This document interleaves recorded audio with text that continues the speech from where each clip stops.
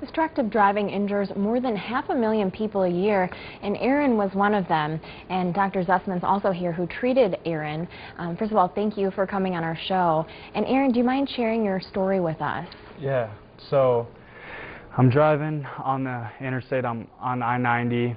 I'm going about 75 miles an hour. I'm on my way home from my girlfriend's house, and I was having a text messaging conversation with her.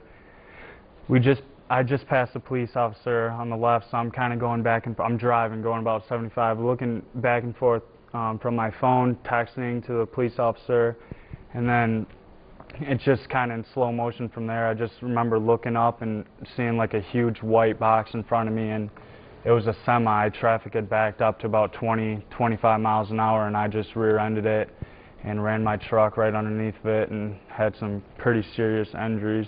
What kind of injuries did you have, and maybe you want to comment on that since you treated him? Sure. He had multiple injuries, but really the most significant were he broke both of his thigh bones, or his femurs.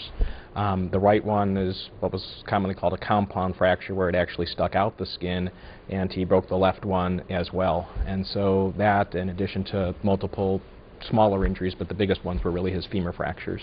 And what did you think when he first came in? Did you think these injuries were going to be life-altering, or well, injuries like this potentially can be life-altering. He also had a nerve injury where his ankles weren't working normally because of one of the nerves that was affected. And so when patients have injuries like this, sometimes they cannot get back to their previous level of recreational or work-type activities.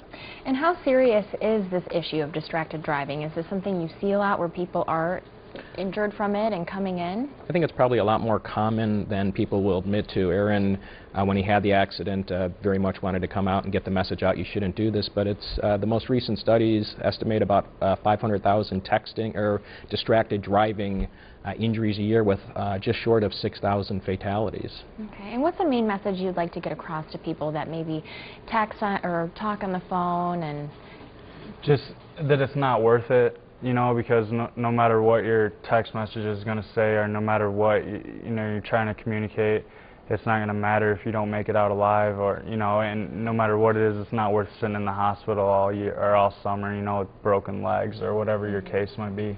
Absolutely. Well, we're definitely glad you made it, and thank you so much for coming on the show. My pleasure. We'll be back with your medical news after this break.